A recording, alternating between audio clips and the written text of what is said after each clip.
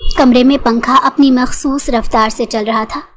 Lounge के कोने में सोफे पर बैठी दुआ गोद में रखा रिसाला पढ़ने में मशगूल थी, मगर यकसुई का फुकदान था। बाहर गर्मी अपने जोबन पर थी, लेकिन अंदर के माहौल में खामोशी की एक अलग ही शिद्दत थी। वो रिसाले के वर्क पलटती। उसी लम्हे नुदरत बेगम आहिस्ता कदमों से चलती आईं और उसके पास आकर बैठ गई। कपड़े ज़रा बिखरे हुए थे, माथे पर पसीने की हल्की नमी और आंखों में उलझन का अक्स नुमाया था। उन्होंने एक गहरा सांस लिया और धीरे से बोली, क्या करूं दुआ, तुम्हारे अब्बा ने इस बार भी कमेटी के पैसे देने से साफ इनकार कर दिया है। उसने कदरे चौंक कर उनकी तरफ देखा।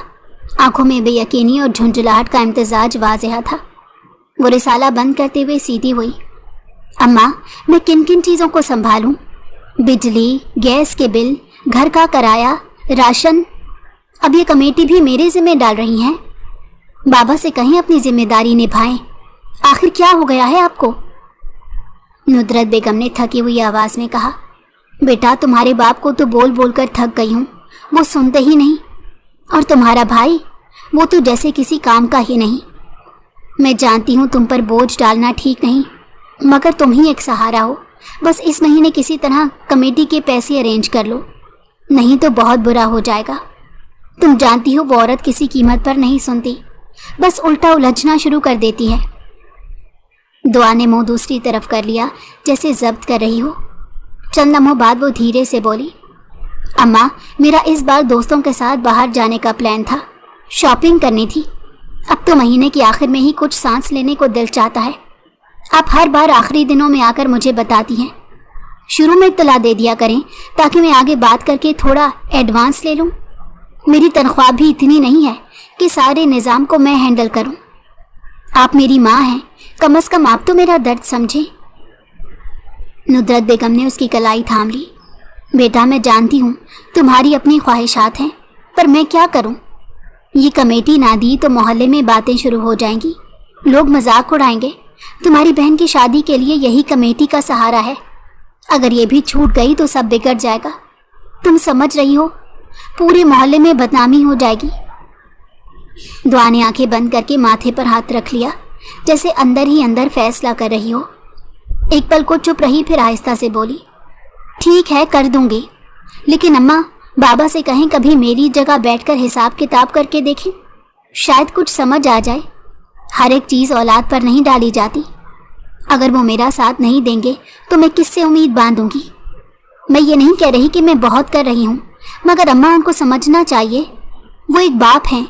एक बाप का किरदार बहुत आला होता है। अगर वो बाप का किरदार ही अदा नहीं करेंगे तो मेरा क्या होगा? नुदरत बेगम ने शुक्रगुजार निगाहों से उसे देखा और दुआ के सर पर हाथ रखा। अल्लाह तुम्हें खुश रखे बेटा, तुम ही हो जिस पर दिल अटका हुआ है। मैं करती हूँ तुम्हारे बाबा से बात, क्या पता उन्हें समझ आ जाए, लेकिन मुझे लगता नहीं है कि उन जैसे शख्स को कोई बात समझ आएगी। दुआ ने रिसाला दोबारा खोलने की कोशिश की, मगर अब अल्फाज बिखरे बिखरे लग रहे थे। सोचों का शोर इतना था कि कोई कहानी जहन में ठहर ही नहीं पा रही थी। वो खामोशी से उठकर अपने कमरे की तरफ बढ़ गई। यहाँ बैठना उसे अब बेकार मालूम हो रहा था। गर्मी अपने जोबन पर थी, सूरज जैसे सरों पर आग बरसा रहा हो। दोपहर का वक्त था और सड़कें मामूल के मुताबिक कुछ खाली खाली सी थी, ख़ास तौर पर बैंक के करीब वाला इलाका। दुआ तेज़ कदमों से एटीएम के केबिन की तरफ बढ़ रही थी। बैग उसके कंधे पर था और चेहरे पर पसीने की हल्की नमी।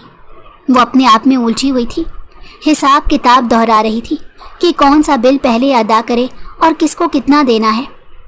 अभी वो एटीएम के दरवाजे की तरफ बढ़ी ही थी कि किसी ने पीछे से उसके सर पर ठंडी लोहे जैसी चीज़ रख दी। वो एकदम साकित हो गई, दिल की धड़कन जैसे कानों में सुनाई देने लगी। आहिस्ता से पलट कर देखा तो दो अजनबी मर्द खड़े थे। दोनों ने मुंह पर सफ़ेद रुमाल बांध रखा था, आंखों में दरिंदगी और लहजे में धौंस थी। चल अंदर और जल्दी से जितनी भी रकम है निकाल कर हमारे हवाले कर, वरना अभी के अभी तेरा भेजा उड़ा देंगे। एक ने बंदूक मजीद सख्ती से सर पर टिकाए हुए कहा।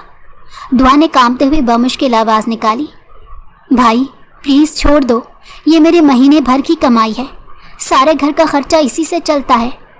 خدا کے لیے تمہیں کوئی اور مل جائے گا، مجھے بخش دو۔ وہ لمحے میں سمجھ گئی تھی کہ یہ لوگ معمولی نہیں ہیں بلکہ چور ڈاکو ہیں۔ دوسرے نے جھنجھلا کر کہا، مجھے تیرے لیکچر کی ضرورت نہیں، اندر جا ورنہ گولی مار دوں گا، موت سے زیادہ پیسے ضروری ہیں۔ دعا کی آنکھوں میں آنسو آ گئے۔ اس وقت واقعی اسے موت سے زیادہ یہ پیسے ضروری تھے۔ ہونٹ کپ کپا لینے لگے، وہ خوف سے پیچھے ہٹنے لگی۔ میں نہیں جا رہی اندر، مت کرو یہ سب، میں شور مچا دوں گی، لوگوں کو بلا لوں گی، اس نے روتے ہوئے کہا، مگر آواز میں کپ کپانا اور بے بسی واضح تھی۔ اسی لمحے زوردار آواز سنائی دی، چپ۔ اس سے پہلے کہ دعا مزید کچھ کہہ پاتی، اسے باقاعدہ تھپڑ مارنے کی آواز آئی تھی۔ وہ بے اختیار پلٹی، سامنے ایک اجنبی شخص کھڑا تھا، لمبا قد، چوڑے شانے، مگر حلیہ بکھرا ہوا۔ پرانی شرٹ کے بٹن کھلے تھے، بال بڑے ہوئے اور بکھرے بکھرے، چہرے پر ہلکی داڑھی اور آنکھوں میں ایک عجیب سی چمک۔ وہ دونوں سامنے کھڑے شخص کو دیکھے بنا بھاگے تھے، جبکہ وہ حیران نگاہوں سے اس شخص کو دیکھ رہی تھی۔ دعا ابھی بھی تھر تھر کانپ رہی تھی، ہاتھ کانپ رہے تھے، مگر دل میں عجیب سا اطمینان تھا، جسے کسی انجان نے عین وقت پر آ کر اسے بچا لیا ہو، جیسے زندگی نے اسے آج ایک نئی سانس عطا کی ہو۔ دعا کی سانس ابھی تک بے ترتیب تھی، ہاتھ میں پسینہ اور چہرے پر خوف کی ہلکی سی پرچھائی باقی تھی۔ وہ بھی کچھ سمجھنے کی کوشش کرتی کہ وہی اجنبی شخص اس کے قریب آ کر رکا اور نہایت سنجیدگی سے بولا، یہ جو آپ ان کے سامنے منتیں کر رہی تھیں، یہ آپ کی کمزوری تھی، اندر چلی جاتی تو بہتر ہوتا۔ آج تو میں آ گیا، لیکن اگر کوئی اور ہوتا تو شاید وہ آپ کو نقصان بھی پہنچا دیتے۔ ان لوگوں سے کبھی الجھنے کی کوشش مت کریں۔ دعا نے نظریں نیچی کرتے گہری سانس لی، جیسے اپنی کمزوری کو خود بھی محسوس کر رہی ہو، پھر دھیرے سے بولی، شکریہ، اگر آپ وقت پر نہ آتے تو وہ لوگ میری مہینے بھر کی کمائی لے جاتے۔ بہت مشکل سے گزارا چلتا ہے، ساری ذمہ داری میرے کاندھوں پر ہے۔ وہ شخص چند لمحے اسے دیکھتا رہا، جیسے اس کی باتوں میں چھپی تھکن کو محسوس کر رہا ہو۔ پھر اس نے ہلکا سا سر ہلایا اور بولا، میرا نام معراج گردیزی ہے، آپ چاہیں تو مجھے میرے نام سے پکار سکتی ہیں۔ آئیں، میں آپ کے ساتھ اندر چلتا ہوں، دوبارہ وہ لوگ کہیں آس پاس نہ ہوں۔ دعا نے ایک لمحے کے لیے اسے دیکھا، پھر تھوڑا سا ہچکچاتے سر ہلایا، تھینک یو۔ دونوں ساتھ ساتھ اے ٹی ایم کی طرف بڑھے۔ کیبن میں داخل ہوتے ہی دعا نے جلدی سے بیگ سے کارڈ نکالا، پن ڈالنے کے لیے مشین کی طرف بڑھی۔ معراج اس سے چند قدم پیچھے کھڑا رہا، نظریں جھکائیں، جیسے اسے اطمینان دلانے کی کوشش کر رہا ہو کہ وہ محفوظ ہے۔ دعا نے آہستگی سے مشین میں کارڈ ڈالا، پھر کوڈ لکھا۔ اس کے ہاتھ ابھی بھی ہلکے ہلکے کانپ رہے تھے۔ اس نے جلدی سے مطلوبہ رقم نکالی، نوٹوں کو بیگ میں رکھا اور پھر ایک لمحے کے لیے پیچھے مڑ کر دیکھا۔ شکریہ، ایک بار پھر آپ کا بہت بہت شکریہ۔ اس کی آواز میں اب بھی تھوڑی سی لرزش تھی، مگر لہجے میں سچائی اور خلوص تھا۔ معراج نے ہلکا سا مسکرا کر سر ہلایا، اپنا خیال رکھیے گا اور آئندہ اکیلے مت آیا کریں ایسے وقت میں۔ دعا نے ہلکی سی مسکراہٹ کے ساتھ اس بات میں سر ہلایا، پھر دروازہ کھول کر باہر نکل گئی۔ سورج کی روشنی اب کچھ کم ہو چکی تھی، مگر اس کی آنکھوں میں ایک نیا اعتماد چمک رہا تھا، جیسے آج اسے یہ یقین ہو گیا ہو کہ مشکل وقت میں کوئی اجنبی بھی مدد کے لیے کھڑا ہو سکتا ہے۔ معراج نے ایک نظر اس کے پیچھے جاتے وجود پر ڈالی، پھر پلٹ کر اپنے راستے پر چل پڑا، لیکن آنکھوں کی چمک بہت کچھ بتا رہی تھی کہ کچھ تو ہے جو وہ چھپا گیا ہے۔ گھر کی خاموش فضا میں جیسے سکون بکھرا ہوا تھا۔ دعا نے اپنے دوپٹے کو کندھے پر ڈھیلا سا رکھا، جوتے اتارے اور بیگ میز پر رکھتے ہی گہرے سانس کے ساتھ صوفے پر بیٹھ گئی۔ اے ٹی ایم والے واقعے نے اسے تھکا دیا تھا، ذہن ابھی بھی پوری طرح نارمل نہیں ہو پایا تھا۔ اس نے پانی کا گلاس بھرا اور 2 گھونٹ ہی پیے تھے کہ اچانک اس کا موبائل فون بج اٹھا۔ ایک نظر اسکرین پر ڈالی، نمبر اجنبی تھا۔ پہلے تو اس نے موبائل ایک طرف رکھ دیا کہ شاید کوئی غلطی سے کال کر رہا ہو، لیکن فون مسلسل بجتا جا رہا تھا۔ تیسری دفعہ میں اس نے موبائل اٹھا کر قدرے جھنجھلاہٹ سے کال ریسیو کی اور غصے سے بولی، ہیلو، کون بات کر رہا ہے؟ جب کوئی کال ریسیو نہ کرے تو سمجھ جانا چاہیے کہ بات نہیں کرنا چاہ رہے، بار بار کال کرنے کا کیا مقصد؟ दूसरी तरफ से चंद लम्हे खामोशी रही, फिर एक गहरी, मध्यम और अजनबी आवाज़ सुनाई दी। मकसद सिर्फ आपकी आवाज़ सुनना था मोहतरमा। कैसी हैं आप? खैरियत से पहुंच गई घर? दुआ का दिल जैसे एक लम्हे को ज़ोर से धड़का। उसने एकदम सीधा होकर फ़ोन कान से और करीब किया। कौन कौन बात कर रहा है? और आपको कैसे मालूम कि मैं कहीं से आई हूँ? दूसरी तरफ से हल्की सी हंसी सुनाई दी, फिर वही आवाज़ गूंजी। हमें आपका सब कुछ पता होता है, बस एक बात कहनी थी। आज आप ग्रे स्कार्फ में बहुत खूबसूरत लग रही थी। ये रंग आप पर बहुत जचता है, आइंदा भी पहना करें। दुआ का रंग एकदम उड़ गया, आंखें हैरत और खौफ से फैल गई। उसने मोबाइल मजबूती से थामा और कदरे बुलंद आवाज़ में बोली, कौन हो तुम और कहाँ से बात कर रहे हो? तुम्हें मेरी इतनी मालूमात कैसे हैं? उसका दिल हौले हौले लरसने लगा था। ऐसे मामलात में उसकी जान जाती थी। दूसरी तरफ से आवाज़ और भी नरम पड़ गई। आपका महबूब हूँ और आपके दिल से बात कर रहा हूँ। वो कुछ और कहने ही वाली थी कि दूसरी तरफ से एक आखिरी जुमला सुनाई दिया। और हाँ, आइंदा अकेली बाहर मत निकलिएगा, अपने वालिद या वालदा के साथ निकला कीजिएगा। खुदा हाफिज। फ़ोन एकदम कट गया। हेलो हेलो, वो बार बार पुकारती रही, मगर दूसरी तरफ खामोशी छा गई थी। कमरे में एक लम्हे को सन्नाटा तारी हो गया। दुआ ने कांपते हाथों से मोबाइल की स्क्रीन देखी, दोबारा कॉल मिलाने की कोशिश की, लेकिन अगले ही लम्हे खुद को रोक लिया। नहीं नहीं, ये क्या हो रहा है? उसने घबराकर मोबाइल मेज़ पर रखा, आंखें बंद की और थोड़ा सा पानी पिया, फिर जल्दी से खड़ी हुई, जैसे किसी का साया अपने आसपास महसूस कर रही हो। वो आहिस्ता आहिस्ता कदम उठाती अपने कमरे की तरफ बढ़ी। दिल अभी भी तेज़ धड़क रहा था और जहन में एक ही सवाल गर्दिश कर रहा था, ये कौन था और इसे मेरे बारे में इतना सब कैसे मालूम? आज के बाद से ज़िंदगी कितनी मुश्किल होने वाली है। वक्त धीरे धीरे गुजरता जा रहा था। रात की स्याही जानों जानिब फैल चुकी थी। कमरे में मध्यम पीली रोशनी जल रही थी। पंखा हल्की आवाज़ के साथ चल रहा था। दुआ अपने बिस्तर पर लेटी छत को घूर रही थी, जैसे वही उसके सवालों का जवाब हो। मोबाइल पर आई अनजान कॉल, वो अजनबी आवाज़, वो जुमले, सब जहन में गर्दिश कर रहे थे। उसे नींद नहीं आ रही थी, दिल में हल्की सी बेचैनी थी। बार बार वो लम्हा जहन में आता जब उस शख्स ने कहा था, आप ग्रे स्कार्फ में बहुत खूबसूरत लग रही थी। और वो आखिरी जुमला, अकेली बाहर मत निकलिएगा। न जाने क्यों ये सब उसको बिल्कुल अच्छा नहीं लग रहा था।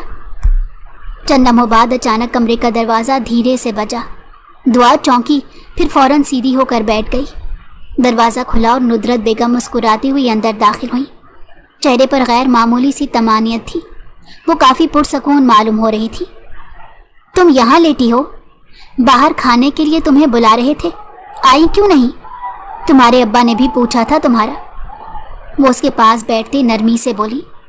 दुआ ने धीरे से नजरें उठाकर माँ को देखा, फिर थके हुए अंदाज में बोली, भूख नहीं लग रही थी अम्मा? खैर, मैं आपको पैसे देने ही आ रही थी। वो बेड की तरफ झुककर बैग उठाने ही लगी थी कि नुदरत बेगम ने फौरन हाथ से रोक दिया। नहीं नहीं, पैसों की ज़रूरत नहीं, इंतज़ाम हो गया है। पता नहीं कहाँ से तुम्हारे अब्बा अचानक से पैसे ले आए। इस बार तुम्हें ना किराया देना है, ना ही कमेटी की फ़िक्र करनी है। दुआ की आंखें हैरत से फैल गईं। क्या अम्मा, ये कैसे हो गया? आप तो कल कह रही थी कुछ नहीं बचा, अचानक कहाँ से पैसे आ गए? नुदरत बेगम ने मुस्कुराते हुए कंधे उचकाए। शायद अब्बा की कोई लॉटरी लग गई है या किस्मत मेहरबान हो गई। अल्लाह जाने कहाँ से इतनी बड़ी रकम लाए हैं। और हाँ, तुम कह रही थी ना कि दोस्तों के साथ जाना है और कुछ शॉपिंग करनी है, तो चली जाना। इस बार तुम पर कोई बोझ नहीं, बस खुश रहो, यही कहने आई थी। दुआ ने माँ को देखते गहरी सांस ली। अम्मी, सब खैरियत है ना? बाबा कहाँ से पैसे लाए हैं? कुछ तो बताया होगा, कहीं कुछ गड़बड़ ना हो जाए बाद में। नुदरत बेगम ने हल्का सा कहकहा लगाया। नहीं बताया, बस इतना कहा कि फ़िक्र ना करो, अब से सब संभल जाएगा, तुम्हें इतनी फ़िक्र करने की ज़रूरत नहीं। एक लम्हे को दुआ के दिल में तशवीश का साया लहराया। उसने एक नज़र बैग पर डाली, फिर माँ को देखा, लेकिन कुछ कहा नहीं, बस आहिस्ता से सर हिलाया। नुदरत बेगम उठकर खड़ी हुई। चलो अब तुम आराम करो, मैं भी जा रही हूँ। सो जाओ, सुबह काम पर भी जाना है तुम्हें। और हाँ, अब आराम से तुम एंजॉय करना। मेरी बच्ची ने मेरा बहुत साथ दिया है, अल्लाह तुम्हारे नसीब अच्छे करे। ये कहते ही वो बाहर की तरफ बढ़ गई थी। दुआ ने बिस्तर पर लेटते हुए आहिस्ता से आंखें बंद की, मगर दिल अभी भी मुतमईन नहीं था। जैसे कोई अनदेखी बात पीछे से सरगोशी कर रही हो कि सब कुछ वैसा नहीं जैसा दिखाई दे रहा है, और यही एक चीज़ उसे बेहद बेचैन कर रही थी। दोपहर के वक्त शहर का मशहूर कैफ़े काफ़ी हुजूम से भरा हुआ था। एयर कंडीशनड हॉल में हल्की हल्की मौसीकी चल रही थी। शीशों से धूप की रोशनी छन कर अंदर आ रही थी। माहौल खुशगवार था।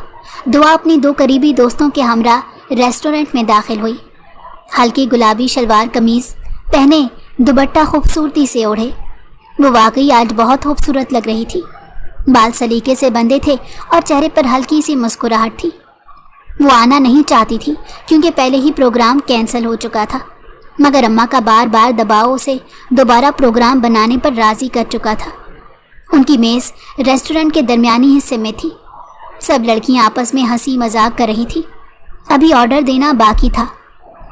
दुआ ने अपने पर्स से मोबाइल निकाला, फिर दोस्ताना लहजे में बोली, मैं अभी आती हूँ, 1 मिनट, वॉशरूम जा रही हूँ। वो जल्दी से उठकर वॉशरूम की तरफ बढ़ गई। कुछ देर बाद वो फ्रेश होकर वापस लौट रही थी कि सामने लॉबी के पास एक शनासा चेहरा दिखाई दिया। वही शख्स जिसने कल उसे एटीएम पर बचाया था, महराज गुरदेजी। लम्हे भर के लिए वो ठुठक गई। चेहरे पर हैरत की हल्की सी झलक आई। वो उसको फौरन पहचान चुकी थी। चंद कदम चलकर वो उसके पास पहुंच गई और उसको देखते संजीदा लहजे में बोली, आप? और यहाँ? ये लेडीज़ वॉशरूम है, उस तरफ जेंट्स का रास्ता है। महराज ने हाथ उठाकर फौरन सफाई दी। जी जी, मुझे मालूम है, मैं यहाँ से गुजर ही रहा था जब आपको देखा।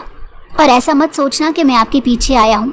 दरअसल मैं अपने दोस्तों के साथ आया हूँ, और जैसे ही आपको इस तरफ आते देखा, इत्तेफाक से नज़र पड़ गई।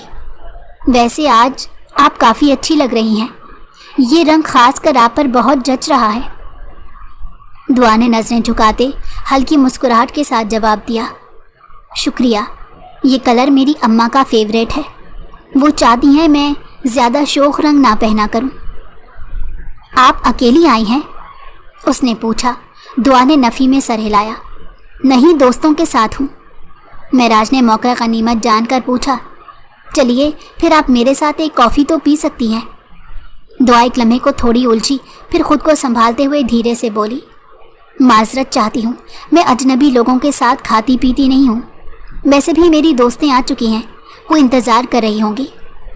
फिर एक तवक्कुफ के बाद वो नरमी से बोली, आपसे मुलाकात अच्छी लगी, और कल के लिए एक बार फिर शुक्रिया।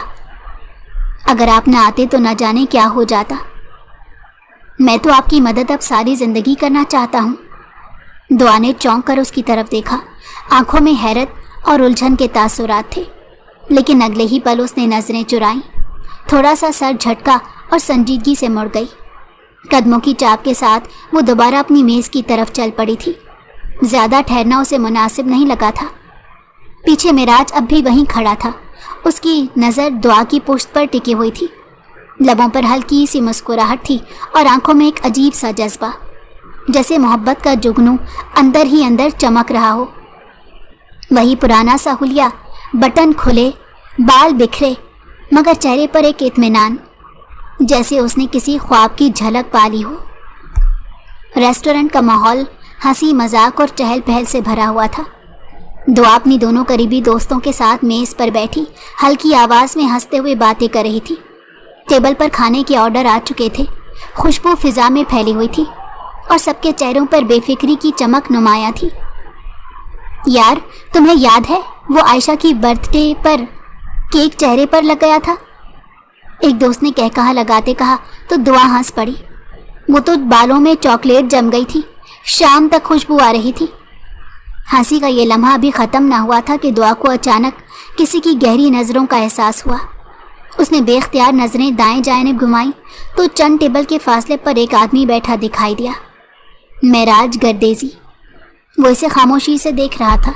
नजरें बिल्कुल सीधी, जैसे सिर्फ इसे ही देखने का इरादा हो।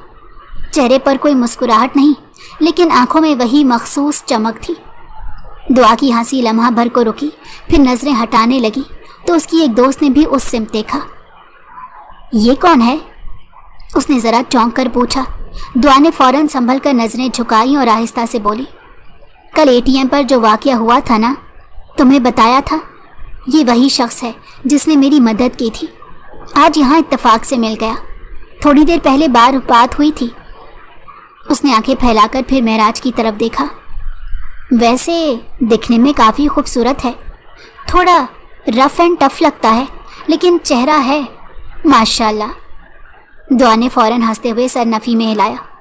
अरे छोड़ो, कोई खूबसूरत नहीं लग रहा, गली का गुंडा लग रहा है। बटन देखो कैसे खुले हुए हैं, बाल बिखरे हुए, कोई ढंग नहीं है। मुझे ऐसे लोग बिल्कुल पसंद नहीं। वेल स्टैंडर्ड और पढ़ा लिखा बंदा अच्छा लगता है। आयजा ने चाय का सिप लेते हुए नजरें दोबारा महराज पर डाली।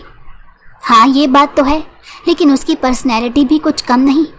देखो किस तरह से तुम्हें देख रहा है, लगता है कल के वाक़ये के बाद दिल दे बैठा है। शायद मोहब्बत हो गई है उसे तुमसे।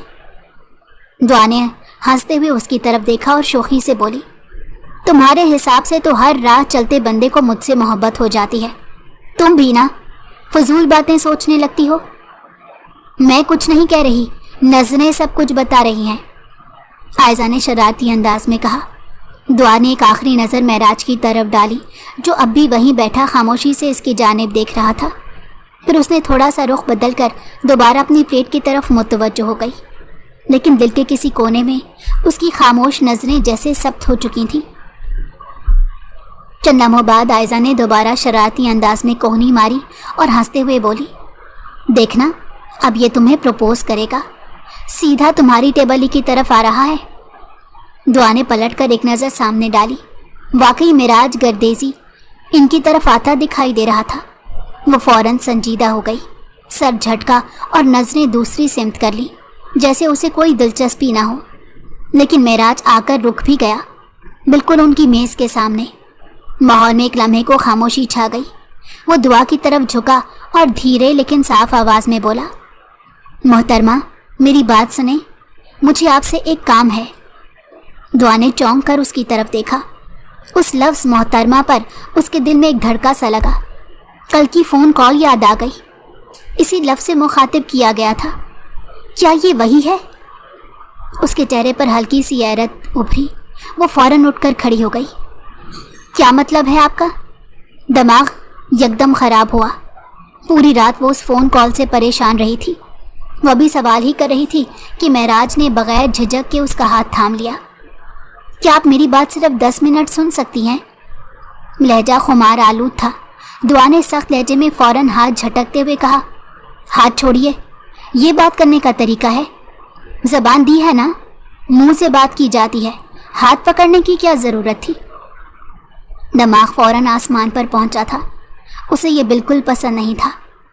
ऑफिस में अक्सर लड़कियां उसे बेहद मगरूर कहती थीं, लेकिन ये उसका अंदाज़ था कि एक मुख्तलिफ जिन्स से फासला कायम रखा जाए।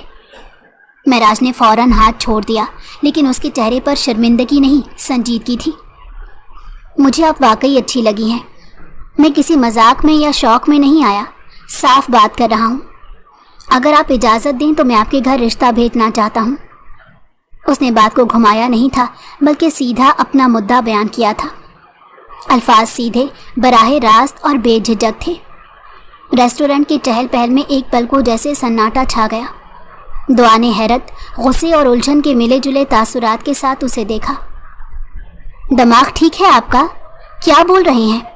यहाँ आकर इस तरह सबके सामने? होश में हैं आप जनाब? महराज ने नरमी से जवाब दिया, मैं कुछ गलत तो नहीं बोल रहा। पसंद करना गुनाह तो नहीं, और आप जैसी लड़की को इज्जत से अप्रोच करना मेरे लिए फ़ख्र की बात है। अगर मैं आपके साथ राह चलते बदतमीज़ी करूं या फिर कोई गलत बात करूं, तब आप मुझे इस तरह बोल सकती हैं। मैं आपके घर रिश्ता भेजना चाहता हूं, इसीलिए इजाज़त दरकार है। उसकी सारी दोस्तें अब खड़ी हो चुकी थीं। اس سے پہلے کہ معراج کچھ اور کہتا، دعا نے ایک قدم آگے بڑھایا اور غصے سے سخت لہجے میں بولی، اپنی حد میں رہیں۔ اگر میں نے ابھی کے ابھی گارڈز کو بلا لیا نا تو آپ کے لیے بڑی مشکل کھڑی ہو جائے گی۔ جائیں یہاں سے، میں آپ کی احسان مند ہوں، اسی لیے خاموش ہوں، ورنہ آپ جیسے لوگوں کو سیدھا کرنا مجھے خوب آتا ہے۔ ایک دو دفعہ ہنس کر بات کیا کر لی، آپ جیسے مرد تو نہ جانے کیا سوچ لیتے ہیں۔ شرم آتی ہے مجھے آپ کے ساتھ کھڑے ہوتے ہوئے بھی۔ معراج چند لمحے خاموشی سے اسے دیکھتا رہا، پھر نرمی سے بولا، اگر آپ میری احسان مند ہیں تو میری بات غور سے سنیں۔ میں آپ کو عزت سے رکھوں گا، خوش رکھوں گا، آپ کو کبھی کسی خطرے کا سامنا نہیں کرنے دوں گا۔ اور اس میں شرم کی کیسی بات؟ میں نے آپ سے ابھی تک کوئی غیر اخلاقی بات نہیں کی۔ وہ واقعی بہت آرام سے بات کر رہا تھا، جو اس کی پرسنالٹی پر بالکل سوٹ نہیں کر رہی تھی۔ اور میں آپ سے محبت، ابھی وہ اپنی بات مکمل کرتا، دعا نے ہاتھ اٹھا کر اسے روکتے ہوئے بولی، بس بہت ہو چکا، ایک اور لفظ نہیں، خاموش رہو۔ میری ذات کا تماشا بنانے کی ضرورت نہیں ہے۔ اگر میں نے کل تم سے دو لفظ اچھے سے بول لیے تو تمہیں یہ اختیار کس نے دیا کہ میرے سامنے رشتہ لے کر آ جاؤ اور محبت کا اظہار کرو؟ اس کی آواز تھوڑی بلند ہو گئی تھی، ارد گرد کچھ نظریں ان کی طرف اٹھنے لگی تھیں۔ دعا نے غصے سے دانت بھینچے، تم جیسے غنڈے موالی سے شادی کرنے سے بہتر ہے میں کسی نہر میں چھلانگ لگا دوں۔ شکل سے ہی صاف لگتا ہے چھٹے ہوئے بدماش ہو، بٹن کھلے، بال بکھرے ہوئے، کوئی تمیز نہیں، کوئی اخلاق نہیں، اور آئے ہو مجھ سے شادی کرنے کے لیے۔ تم جیسے انسان کو لڑکیاں دیکھنا بھی پسند نہیں کرتی، کو جا کے شادی کرنا۔ معراج جیسے ساکت ہو گیا، اس کی نظریں دعا کے چہرے پر جم سی گئی، سانسیں بے ترتیب ہو رہی تھی، لیکن چہرے پر کوئی رد عمل نہیں تھا، بس خاموشی تھی۔ دعا نے ایک آخری بار اسے تیکھے انداز میں دیکھا، دوبارہ اپنی منحوس صورت لے کر میرے سامنے مت آنا، سمجھ گئے؟ یا پھر مزید تمہاری شان میں تعریفیں کر کے سمجھاؤں؟ وہ خاموش تھا، آنکھوں میں ہلکی نمی ابری تھی، مگر وہ خود کو قابو کر چکا تھا، جبکہ وہ یہ کہتے ہی پلٹی اور قدم تیزی سے باہر کی سمت بڑھا دیے۔ اس کے پیچھے اس کی ساری دوستیں بھی خاموشی سے اٹھ کھڑی ہوئی تھیں۔ فضا جیسے بوجھل ہو چکی تھی، دعا کی ایڑیوں کی آوازیں ریسٹورنٹ کے فرش پر گونج رہی تھیں، اور معراج وہیں کھڑا اسے جاتا دیکھ رہا تھا۔ اس کی آنکھوں میں کوئی غصہ نہیں تھا، کوئی تاثر نہیں، بس ایک گہری پرسوچ خاموشی تھی، جیسے وہ کسی اپنے اندر کے سوال میں الجھ گیا ہو۔ اس نے آہستہ سے نظریں جھکا لی اور ایک طویل سانس لیا۔ چند لمحوں بعد نظر اٹھا کر اسی راستے کو دیکھا جہاں سے وہ گئی تھی۔ لبوں پر اب ایک مغرور مسکراہٹ پھیل گئی تھی، ہاتھ جیب میں چلے گئے تھے۔ وہ اس راستے کو دیکھتے ہوئے بولا، اسی راستے پر چل کر تم میرے ساتھ اس ریسٹورنٹ میں آؤ گی، یہ وعدہ ہے میرا۔ دعا اشفاق، تمہیں اب میرا ہونے سے کوئی نہیں روک سکتا۔ ایک ہفتے بعد رات کی سیاہی چاروں جانب پھیل چکی تھی، گھر کے سب کمرے نیم روشن تھے اور خاموشی لاؤنج میں پھیلی ہوئی تھی۔ دعا صوفے پر بیٹھی ایک کتاب تھامے ہوئی تھی، مگر ذہن کہیں اور تھا۔ نظروں کا محور صفحے پر تھا، لیکن دماغ میں پچھلے ہفتے پیش آیا ریسٹورنٹ والا واقعہ گردش کر رہا تھا۔ معراج گردیزی کی باتیں، اس کی نظریں، اور پھر اپنا شدید رد عمل، سب کچھ جیسے بار بار ذہن پر دستک دیتا رہتا تھا۔ نہ جانے اسے کیوں عجیب سی بے چینی ہوتی رہتی تھی۔ چند لمحوں بعد دروازہ کھلا، اشفاق صاحب اور ندرت بیگم اندر داخل ہوئے۔ دعا نے چونک کر ان دونوں کو دیکھا، پھر کتاب بند کر کے ایک طرف رکھ دی۔ ان دونوں کا ساتھ آنا اس بات کی نشاندہی تھی کہ بات سنجیدہ ہے۔ اشفاق صاحب آہستہ قدموں سے آ کر دعا کے سامنے بیٹھ گئے، چہرے پر ایک غیر معمولی سنجیدگی اور نرمی تھی۔ انہوں نے دعا کی طرف دیکھتے ہوئے دھیرے سے کہا، بیٹا میں جانتا ہوں تم نے ہمارے لیے زندگی میں کتنا کچھ کیا ہے، اپنے آرام، اپنی خواہشات، حتیٰ کہ خوشیاں بھی ہمارے لیے قربان کی۔ دعا نے چونک کر ان کی طرف دیکھا۔ ابو آپ ایسا کیوں کہہ رہے ہیں؟ انہوں نے گہری سانس لی، پھر آہستہ سے بولے، اسی لیے دعا میں نے تمہاری شادی طے کر دی ہے تاکہ تم اب اپنے گھر کی ہو سکو، اپنی زندگی جی سکو۔ मैं नहीं चाहता कि तुम पर अब मजीद कोई बोझ हो। उसने एकदम चौंक कर उनकी तरफ देखा। क्या? किसके साथ? क्या बोल रहे हैं आप? आपने मुझसे पूछा तक नहीं। ये मजाक है ना? वो वाकई हैरान थी। ये क्या बातें अचानक से हो रही थी। नुदरत बेगम ने दुआ का हाथ थाम लिया। उनके चेहरे पर मुस्कुराहट थी, लेकिन आंखों में नमी भी चमक रही थी। हाँ बेटा, अब तुम्हें खुश रहना है। जो तुम कर सकती थी वो कर चुकी हो, बस अब अपनी ज़िंदगी को संवारो। दुआ ने झटके से हाथ पीछे किया। लेकिन अम्मी अब्बू, मुझे अभी कोई शादी नहीं करनी। क्या हो गया है आप दोनों को? मेरी ज़िंदगी का फैसला मुझसे पूछे बगैर कैसे कर सकते हैं? इशफाक साहब नरमी से बोले। दुआ, तुम्हारी माँ सही कह रही है। लड़का बहुत अच्छा है, कारोबारी ख़ानदान है, बहुत इज्जतदार लोग हैं।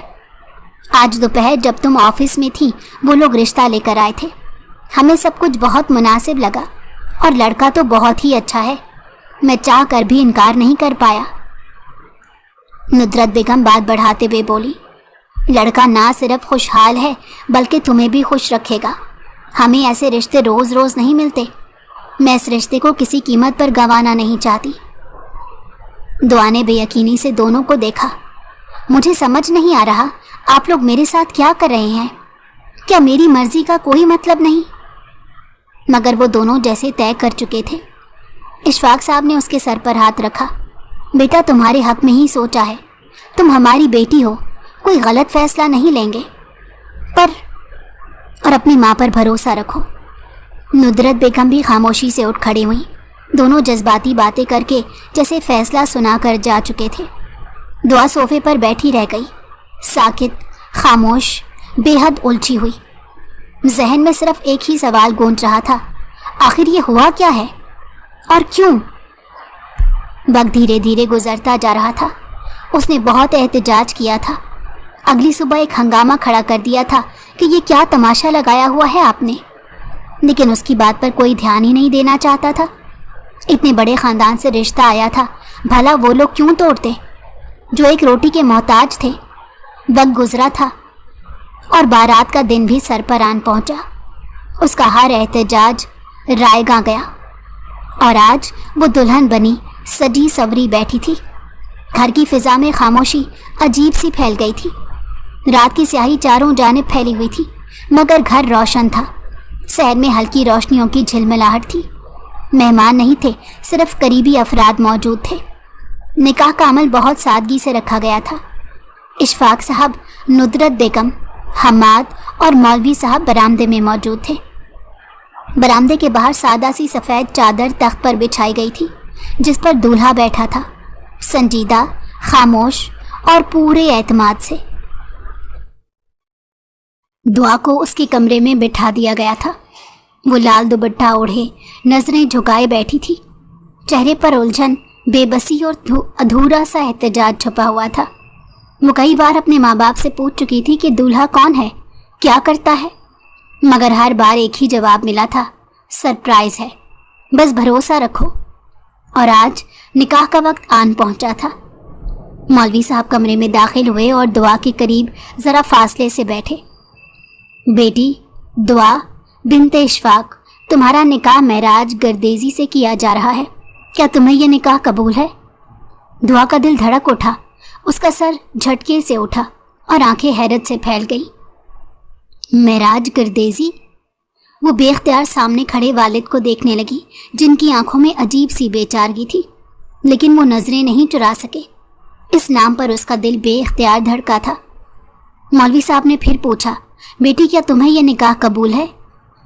दुआ के लब थरथरा गए, दिल बेकाबू सा धड़कने लगा, जिस्म सुन्न हो रहा था। लम्हे भर को खामोशी छा गई, फिर आहिस्ता, बहुत आहिस्ता उसने ज़बान खोली। कबूल है। मौलवी साहब ने रस्मी अंदाज में तीसरी बार सवाल किया। दुआ बिन्ते इशफाक, क्या आपको महराज गर्देजी से निकाह कबूल है? दुआ ने एक नज़र फिर अपने वालिद की तरफ देखा, जिन्होंने धीरे से सर हिलाया, जिससे खामोशी से तसल्ली दे रहे हों। दुआ ने होंठ सख्ती से बंद किए, आंखें बंद की और हल्की आवाज़ में कहा, कबूल है। दस्तखत लेकर वो बाहर चले गए थे। कमरे के बाहर मौलवी साहब अब निकाह की कार्रवाई मुकम्मल करने के लिए बरामदे की तरफ बढ़ गए। सहन में बैठे महराज गुरदेजी के सामने बैठते ही सवाल दोहराया गया।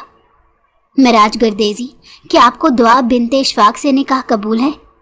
महराज ने नजरें झुकाए संजीदगी और एतमाद के साथ धीमे मगर पुरएतमाद लहजे में जवाब दिया, कबूल है।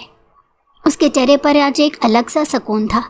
वो आज भी अपने रिवायती अंदाज में मलबूस था, मगर चेहरे की संजीदगी, नजरें झुकी हुई, बाल सलीके से जमे हुए और वजूद में अजीब सा वकार था। इशफाक साहब ने चुपचाप आंखें बंद कर ली, जैसे किसी बड़े बोझ को उतार दिया हो। और दुआ, वो अभी तक कमरे में खामोश बैठी थी, जहन में गूंज रहा था, महराज गुरदेजी। शायद मेरा वहम है, उस इंसान ने इसके दिमाग पर गहरी छाप छोड़ दी थी। वो खुद को ही समझाने लगी थी, नाम सुनने में कोई गलत फहमी हुई है, ऐसा हो ही नहीं सकता। लेकिन जानती नहीं थी कि जिंदगी किस तरफ मुड़ चुकी है। रात की स्याही चारों जानिब फैल चुकी थी, मौसम में हल्की सी खुनकी थी। निकाह के बाद फौरन ही रुखसती का शोर उठ गया था। उन्होंने खाने का इंतज़ाम भी किया था, लेकिन लड़के वालों की वजह से तमाम इंतज़ामात धरे के धरे रह गए थे और बाराती दुल्हन लिए घर की तरफ बढ़ गए थे। सादगी से हुई रुखसती के बाद दुआ एक बड़ी सी स्याह गाड़ी में खामोश बैठी थी। उसके दिल में अजीब सी बेचैनी थी, सवालों का तूफान था, लेकिन ज़बान पर कोई सवाल नहीं आ रहा था। सारा सफ़र खामोशी से गुजरा, जैसे वक्त भी साकित हो गया हो। एक दो बार उसने अपने शौहर का ख्याल आया था। जिसे शादी हुई वो कहाँ है? अभी तक उसने इसकी एक झलक भी नहीं देखी थी और अब तो उसे भी अजीब सी बेचैनी होने लगी थी। एक लंबी मुसाफत तय करके गाड़ी एक शानदार कोठी के पोर्च में रुकी तो वो खुद चौकन्ना हो गई। दिल की रफ्तार काफ़ी तेज़ हो चुकी थी। अम्मा अब्बा की बातें जहन में गूंजने लगी थी कि ये लोग काफ़ी अमीर हैं। तुम्हारा रिश्ता बड़े घर में हुआ है, तुम बहुत खुश नसीब हो। लड़कियों के मुंह से भी उसने कई जुमले अपने शौहर के नाम पर सुने थे। तुम्हारी लॉटरी निकल आई है, इतना अमीर बंदा, ऊपर से इतना डैशिंग। मुझे तो यकीन ही नहीं आ रहा तुम्हारे दिन तब्दील हो गए हैं। उसकी बहन हसरत कर रही थी कि काश मेरी शादी महराज से हो जाती, और ये एक बात उसे हैरान कर गई थी। चंद लम्हे गुजर गए थे मगर कोई उसे लेने नहीं आया था। उसे अब हद से ज़्यादा बेचैनी होने लगी। उसे उम्मीद थी शायद शौहर या किसी घर वाले की मौजूदगी होगी, कोई तो आएगा उसे लेने, मगर ना दूल्हा बाहर आया ना कोई अजीज़।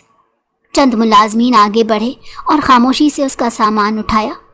दुआ ने एक बार फिर इधर उधर नजरें दौड़ाई, मगर कोई मानूस चेहरा नजर नहीं आया। उसका दिल भी किया कि वो मुलाजमीन से पूछे, मगर नई नवीली दुल्हन होने की वजह से वो खामोश ही रही थी। इसी असना में एक मुलाजमा करीब आई, नजरें झुकाए आहिस्तगी से बोली, बीबी जी, सर आपका कमरे में इंतज़ार कर रहे हैं, प्लीज़ आप अंदर चली जाएं और ख्याल करिएगा सर को किसी भी चीज़ से तकलीफ़ ना हो, वरना आपके लिए मुश्किल हो जाएगी।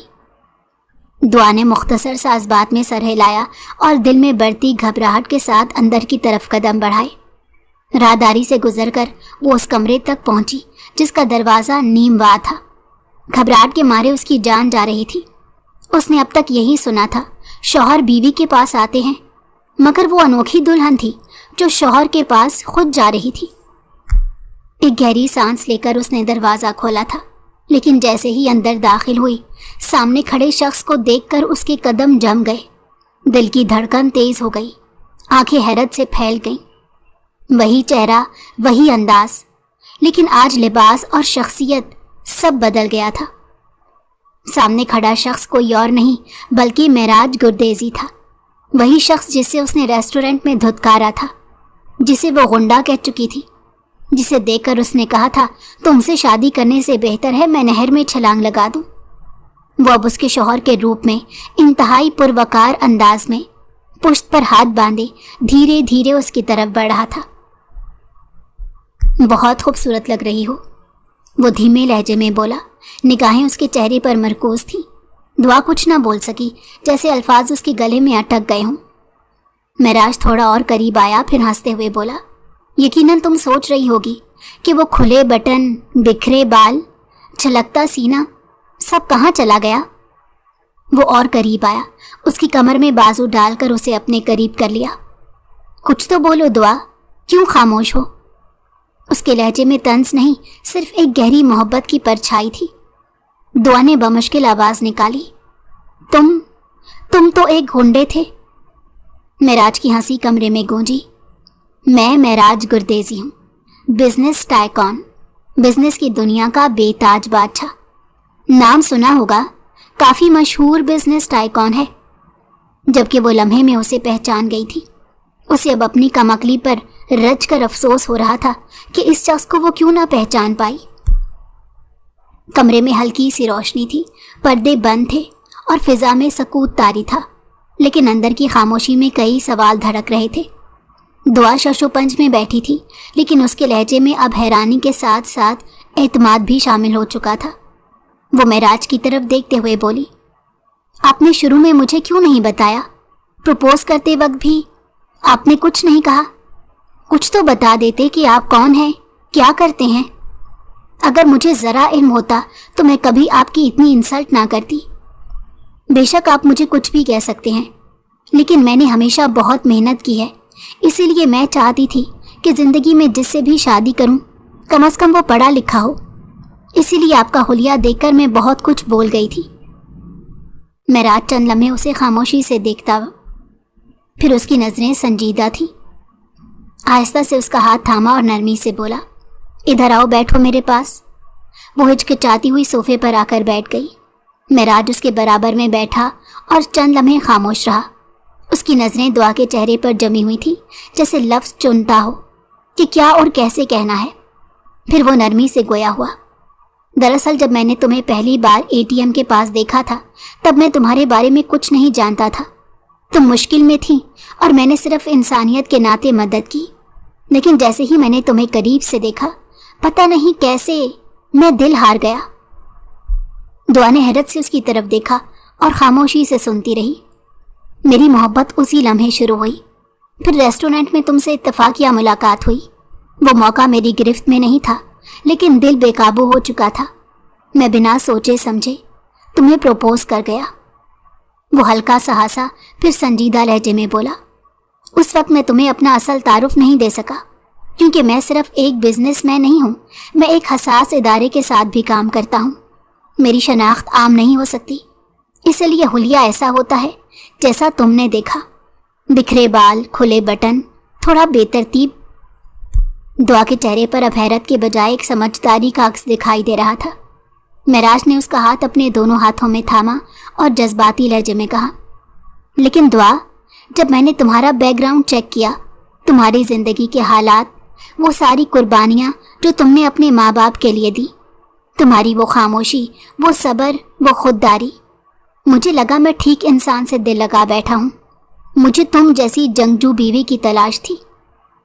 उसने आहिस्ता से दुआ का हाथ चूम लिया। मैं तुमसे बहुत मोहब्बत करता हूँ, दिल से, और अब जब तुम मेरी ज़िंदगी में हो तो बस चाहता हूँ कि तुम हमेशा खुश रहो, महफूज रहो। दुआ का चेहरा सुर्ख हो गया था, दिल की धड़कन तेज थी। वो नज़रें झुकाकर आहिस्तगी से मुस्कुरा दी। एक अजनबियत जो अब तक दोनों के दरमियान थी, वो आज लफ्ज़ों की सूरत में टूट चुकी थी। फासला नहीं रहा था, अब सिर्फ एक नरमी, एक यकीन और एक नई शुरुआत बाकी थी। 2 महीनों बाद रात के सन्नाटे में समंदर की लहरें धीमे अंदाज में साहिल से टकरा रही थी। चांदनी रोशनी पानी पर चमक बनकर बिखरी हुई थी, जैसे कुदरत ने पूरी दुनिया को चांदी में ढक दिया हो। समंदर के किनारे नरम रेत पर नंगे पैर चलते हुए दुआ और महराज एक दूसरे का हाथ थामे खामोशी से चल रहे थे। उनके कदम पानी की हल्की तह में पड़ते और फिर लहरें आकर उन्हें छू जाती। दुआ खामोश थी, निगाहें समंदर के फैलाव में गुम थी। महराज ने उसकी तरफ देखा और नरमी से बोला, तुम सुबह डॉक्टर के पास गई थी ना? क्या कहा? मैं काफ़ी परेशान हूँ, आज मीटिंग में भी ध्यान नहीं दे पाया। दुआ ने उसके लहजे में छुपी फिक्रमंदी को महसूस किया। वो खामोश रही, चंद कदम और चलने के बाद रुक गई। महराज ने चौंक कर उसे देखा। दुआ ने दोनों हाथों से उसके हाथ थाम लिए, गहरी निगाहों से उसे देखा और फिर सर झुकाकर आहिस्ता से बोली, मुझे तुम्हें एक बहुत बड़ी खुशखबरी सुनानी है। महराज के चेहरे पर तजस्सुस उभरा।